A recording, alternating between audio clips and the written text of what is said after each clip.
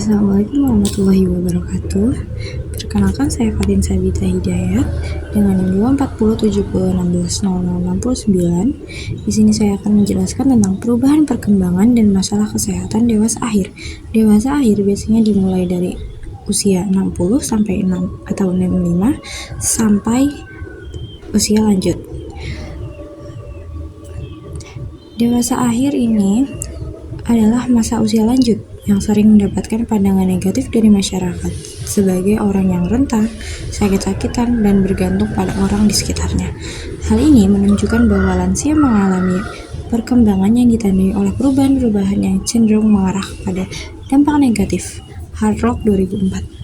Salah satu perubahan perkembangannya ada fisik. Proses penuaan menyebabkan penurunan massa otot, kepadatan tulang, elastisitas kulit, dan fungsi organ mulai menurun. Karena fisik yang menurun menyebabkan banyak penyakit seperti pertama, masalah gigi dan mulut. Pada usia tersebut, lansia sudah tidak mempunyai gigi asli hingga terus rela ompong atau menggunakan gigi palsu yang tidak selalu nyaman selama digunakan, atau mungkin karena kanker mulut. Jadi mereka karena giginya bermasalah, mereka akan menjauhi makanan-makanan yang alot atau lain sebagainya. Mereka harus lebih teliti lagi untuk harus lebih memilih lagi soal makanan karena gigi mereka yang mulai bermasalah. Akibatnya bisa saja malnutrisi. Penyebab malnutrisi pada lansia ini beragam, meliputi demensia, depresi, pantangan makanan tertentu, terbatasnya interaksi sosial, hingga berkurangnya pemasukan. Menerapkan pola makan sehat lansia dan pengawasan yang tepat dapat membantu mengatasi masalah kesehatan ini. Selanjutnya adalah masalah pendengaran. Sebagian besar penyebab lansia mengalami kondisi ini adalah presbikusis, yaitu suatu kondisi saat sel-sel rambut kecil pada telinga bagian dalam sudah mulai aus. Kondisi ini bisa diatasi dengan penggunaan alat bantu dengar sesuai dengan saran dari dokter. Selanjutnya adalah masalah penglihatan. Biasanya katarak. Katarak ditandai dengan munculnya selaput warna putih pada lensa mata. Hal ini membuat pandangan terasa berkabut atau berasap. Penuaan adalah penyebab utama masalah kesehatan mata ini, seperti merokok. Biasanya karena merokok, diabetes, dan paparan sinar ultraviolet juga bisa meningkatkan resiko penyakit mata ini. Selanjutnya, perubahannya ada kognitif.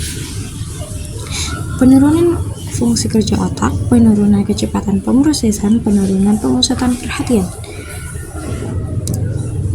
Ada biasanya penyakit degeneratif seperti Alzheimer dan demensia. Alzheimer ini kesulitan mengingat informasi baru, jika semakin parah bisa kehilangan memori, kesulitan berbahasa, menulis dan berbicara, kesulitan mengenali keluarga, kesulitan perencanaan dan pemecahan masalah. Selanjutnya demensia.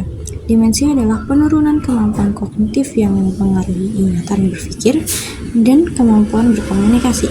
Ini adalah istilah umum untuk berbagai gangguan otak yang menyebabkan hilangnya fungsi mental yang cukup signifikan sehingga mengganggu aktivitas sehari-hari.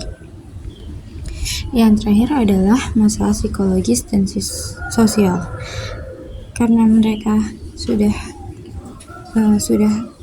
menginjak umur 60 atau 65 sampai seterusnya, mereka biasanya sudah memiliki aktivitas yang berbeda seperti dari tahun-tahun sebelumnya, seperti mereka sudah tidak bekerja lagi,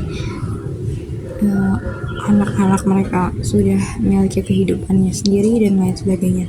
Itu dapat karena perubahan hidup ini bisa mengakibatkan masalah psikologis dan sosial mereka.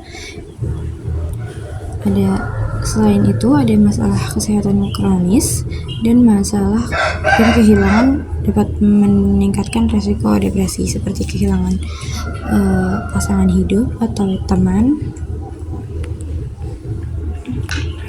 masuk studi kasus tentang asuhan keperawatan lanjut usia dengan demensia. Di sini ada Tuan F dan Tuan M.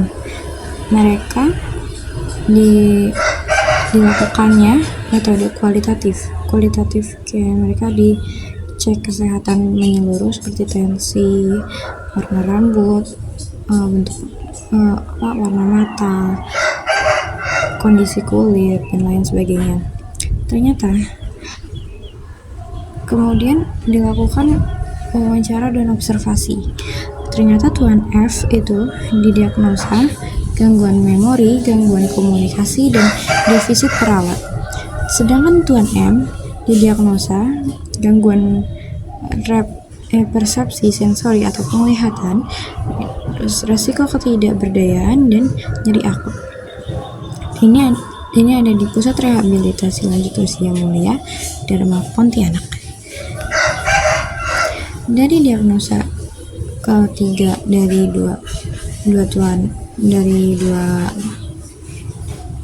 keduanya, diagnosa pertama itu kan gangguan memori memang belum teratasi, tapi sudah diintervensi yaitu dengan latihan memori.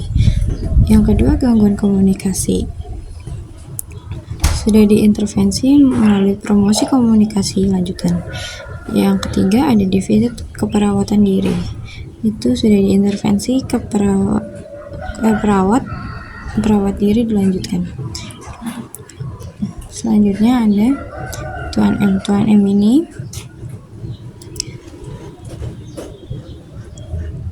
gangguan persepsi sensori belum teratasi, tapi sudah diintervensi meminimalisir rangsangan lanjutan. Diagnosa kedua yaitu risiko ketidakberdayaan tidak menjadi aktual. Intervensinya promosi harapan dilanjutkan. Yang ketiga, nyeri akut belum teratasi, intervensi manajemen nyeri dilanjutkan. Nah, dari kedua tuan-tuan ini, mereka itu positif demensia karena mencakup tiga-tiganya. Yang pertama, yang Tuan M nyeri lanjutan tuh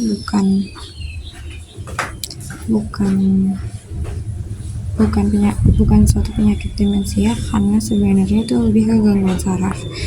Selesai. Sekian dari saya. Wassalamualaikum warahmatullahi wabarakatuh.